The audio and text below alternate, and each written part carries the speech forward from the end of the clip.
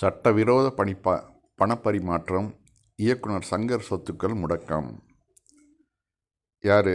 கருப்பு பணத்துக்கும் ஊழலுக்கு எதிராக படம் எடுப்பார் அந்த சங்கரா? ஆமாங்க, அவரே தான். அதாவது இந்தியன், அந்நியன், இப்படி வரிசையாக படங்கள் நம்ம பார்த்துருப்போம். அத்தனையும் இவர் ஊழலுக்கு எதிராக தான் எடுத்திருப்பார். ஹீரோவையும் அது மாதிரி காமிப்பார்.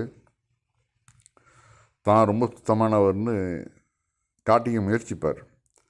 ஆனால் அவரே பாருங்கள், சட்டவிரோத பணப்பரிமாற்றம். ஆக ஊருக்கு தான் உபதேசம். சினிமாங்கிறது ஒரு நிழல் உலகம். அதில் வர்ற கருத்துக்கள் எல்லாம் நம்ம உண்மைன்னு நம்பிட்டு நாம் ஃபாலோ பண்ணுறோமே, அவர்களுக்கெல்லாம் இது ஒரு சம்மட்டி அடி. அதுலேயும் மெயினாக சங்கரே மாட்டியிருக்கிறது இதில் ஹைலைட். இது